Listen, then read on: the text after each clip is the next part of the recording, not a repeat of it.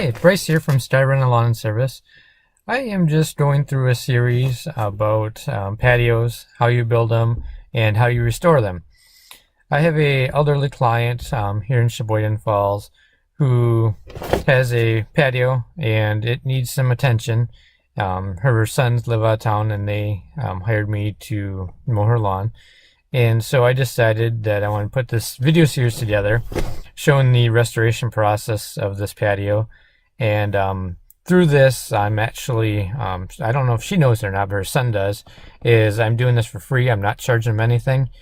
So we'll get started and go take a look at it.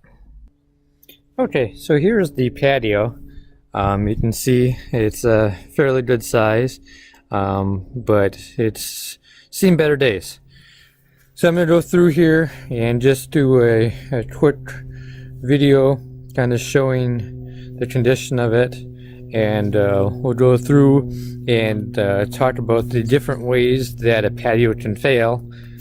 This one exhibits many examples of that, and what we need to do to restore it, clean it up, make it look good again.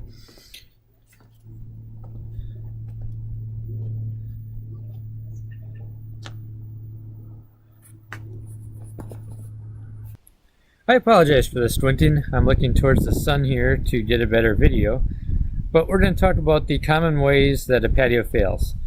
The most frequent way is from settling. This commonly occurs along a building or structure. This is an area where the subsoil settles from when the building was built, and also this is an area that commonly has poor drainage, meaning that either there's no gutter system from the roof, or the gutters are filled with debris and cause the rainwater to back up and then fall onto the patio. Growth through the paver joints is the second most common issue I see. Polymeric sand helps prevent this, but if the sand isn't maintained, the weeds can take over still. A lot of people use mason sand for their joints. It's a cheap option, but it doesn't prevent anything from growing up through the joints because it's just sand sitting there within the joints, and it promotes the growth of weeds because there's nothing to stop it. And then also this is an area that will erode away as the rainwater and whatnot flows across the patio. Pavers can spread apart and large joints can be formed. I don't see much of that on this particular patio, but this occurs if the pavers aren't locked tight together, and especially when there's not a good edge restraint around the outside perimeter. Edging restraint is used wherever there isn't a physical structure like a foundation for a garage or even a sidewalk or house to retain the pavers. Improper pitch can lead to water pooling on the patio instead of running off the patio. This is evident on this patio from the blackened areas we can see.